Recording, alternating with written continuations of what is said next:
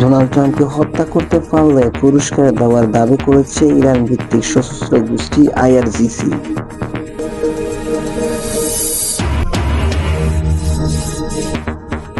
যে কোনো সময়ে ইসরায়েল হামলা, হিজবুল্লাহকে প্রস্তুত থাকার নির্দেশ ইরানের।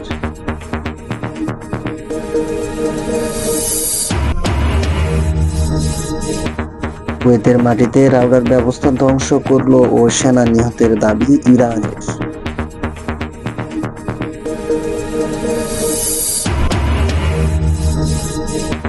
সৌদিতে মার্কিন ঘাঁটিতে ইরানের সরাসরি ক্ষেপণাস্ত্র হামলা, নিহতের সংখ্যা 4।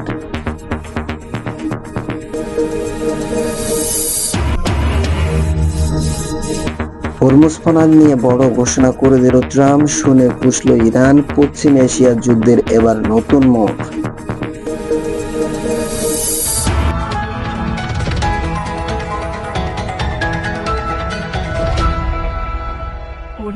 যুক্তরাষ্ট্রের প্রেসিডেন্ট ডোনাল্ড ট্রাম্পকে হত্যা করতে পারলে পুরস্কার দেওয়ার দাবি করেছেন ইরান ভিত্তিক সশস্ত্র গোষ্ঠী ইসলামী রেভলিউশন গার্ড আইআরজিসি।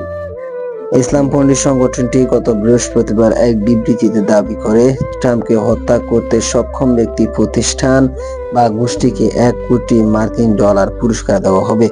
বর্তমান বিনিয়োগ আর অনুযায়ী $1 সমান 123 টাকা 12 পয়সা। এর অর্থের পরিমাণ প্রায় 123 কোটি 12 লাখ টাকা। বিবৃতিতে ট্রাম্পকে অপরাধী হিসেবে উল্লেখ করে গোষ্ঠীটি দাবি করেন, তাদের সদস্য ও সমর্থকদের অনুদানের অর্থ থেকেই পুরস্কার বরাদ্দ করা হয়েছে। এতে আরো দাবি করা হয়, বিশ্বের স্বাধীনতাকামী মানুষ, শিশু ও বিজ্ঞানীদেরকে হত্যার জন্য দায়ী বিচারের আওতায় আনার চেষ্টা চালিয়ে যাবে। একই সঙ্গে গোষ্ঠীটির প্রতিশোধ নেওয়ার কথাও উল্লেখ করেন। এদিকে গ্যালপ নিউজের এক প্রতিবেদনে বলা হয়েছে, সম্প্রতি ওয়াশিংটন হোয়াইট হাউসে ইরাকের প্রধানমন্ত্রী আলী আল-জাইদির সঙ্গে ডোনাল্ড ট্রাম্পের বৈঠকে ডোনাল্ড ট্রাম্প বলেন, 2020 সালে ইরানের জ্যেষ্ঠ সামরিক কমান্ডার জেনারেল কাসেম সোলাইমান এবং ইরানের মিলিয়ানি নেতা আবু সাইদ হত্যা তার ভূমিকা ছিল। প্রতিবেদন অনুযায়ী ট্রাম্প ওই বক্তব্যের পরে ইসলামী রেভলিউশন গার্ড ইরান ও এই ঘোষণা দেন। যুক্তরাষ্ট্রের সঙ্গে চলমান সামরিক সংঘাত আরো তীব্র হওয়ার আশঙ্কার মধ্যে হিজবুল্লাহকে আঞ্চলিক মিত্র সংগঠনগুলোকে সশস্ত্র যুদ্ধের জন্য প্রস্তুতি থাকার নির্দেশ দিয়েছে ইরান। এমন পরিস্থিতিতে মধ্যপ্রাচ্যে নতুন করে বড় ধরনের সামরিক সংঘাত ছড়িয়ে পড়ার আশঙ্কা তৈরি হয়েছে। টাইমস অফ ইসরায়েল এক প্রতিবেদনে এই তথ্য জানানো হয়েছে।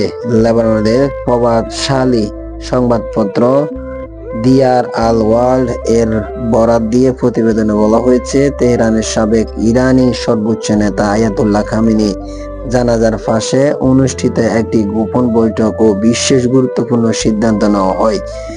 বৈঠকে ইরানের নেতৃত্ব, জেনারেল এবং শীর্ষ নেতা অংশ নেন বলে দাবি করা হয়েছে।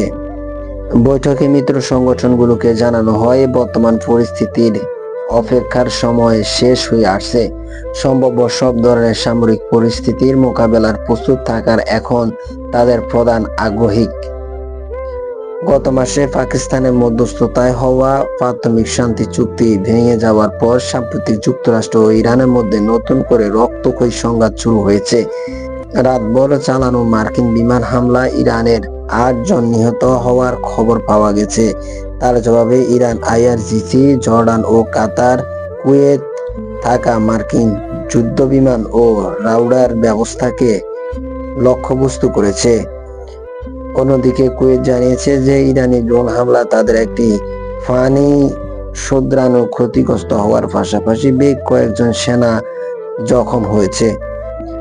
চলমান এই নতুন উত্তেজনায় এখনো পর্যন্ত তেল আবিব সরাসরি অংশ নেননি এবং তেহরানও সরাসরি ইসরায়েলি ভূখণ্ডে কোনো আঘাত হানেনি।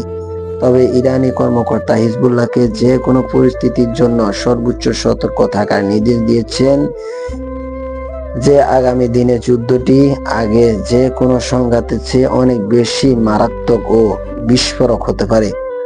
সাম্প্রতিক নানান বিপর্যয়ের পর তেহরান এখনো হিজবুল্লাহকে তাদের সবচেয়ে শক্তিশালী নির্ভরযোগ্য সামরিক সম্পদ হিসেবে বিবেচনা করছে। হিজবুল্লাহ গত 2 মার্চ ইসরায়েলে হামলার মাধ্যমে এই আঞ্চলিক যুদ্ধে যোগ দিয়েছে এবং বৈরিক ও জেনারেলের মধ্যে বিরোধ মেটাতে যুক্তরাষ্ট্রের কূটনৈতিক প্রচেষ্টার তীব্র বিরোধিতা করে আসছে। এর পাল্টাপাল্টি প্রক্রিয়ায় ইসরায়েলি বাহিনী দক্ষিণ লেবাননে ব্যাপক বিমান হামলা চালিয়েছে, একটি বাফার জোন তৈরির চেষ্টা করেছে। এর আগে 2014 সালের সংঘাতে হিজবুল্লাহ শীর্ষ নেতা বড় একটি অংশ ক্ষতিগ্রস্ত হয়েছিল। এদিকে ইরানের সামর্থিক ইয়েমেনের হুতি বিদ্রোহীরা অতীতে ইসরায়েলে হামলা চালিয়েছে, ফলে যুক্তরাষ্ট্র ইরান সংঘাতে আরো বিস্তর হলে হিজবুল্লাহর পাশাপাশি হুতি এড়িয়ে। এদিকে ইরানের সামর্থিক ইয়েমেনের হুতি বিদ্রোহী অতীতে ইসরায়েলে হামলা চালিয়েছে, ফলে যুক্তরাষ্ট্র ইরানের সংঘাত আরো বিস্তর হয়ে হিজবুল্লাহর পাশাপাশি হুতি এতে জড়িয়ে পড়তে পারে বলে আশঙ্কা করা হয়েছে। এতে মধ্যপ্রাচ্যে নতুন করে বড় ধরনের আংশিক যুদ্ধের ঝুঁকি আরো বাড়তে পারে। কুয়েতের অবস্থিত যুক্তরাষ্ট্রের আল আসামের বিমান ঘাঁটিতে একটি সামরিক গ্রাউন্ডার অবস্থান ধ্বংস করে দিয়েছে বলে দাবি করেছেন ইরানের রেভলিউশনারি গার্ডস আইআরজিসি। ক্যাম্পটি আবিজানে মার্কিন সেনাদের জড়ো হওয়ার একটি স্থানে হামলা চালানোর দাবি করেছে ইরান। শনিবার প্রকাশিত এক বিবৃতিতে আইআরজিসি এই দাবি করেন। অপারেশন 92 অভিযোগে অংশ হিসেবে এসব হামলা চালানো হয়েছে। আইআরজিসি বলেন, তাদের স্থল বাহিনী ক্যাম্প আরিফ জানে মার্কিন সেনাবাহিনীর একটি রসদ সরবরাহ কেন্দ্রে হামলা চালিয়েছে।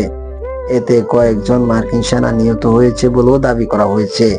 বিবৃতিতে আরো বলা হয়, ড্রোন হামলা চালিয়ে আলী আল সানে বিমান ঘাঁটিটি রাউটার ব্যবস্থা ধ্বংস করা হয়েছে।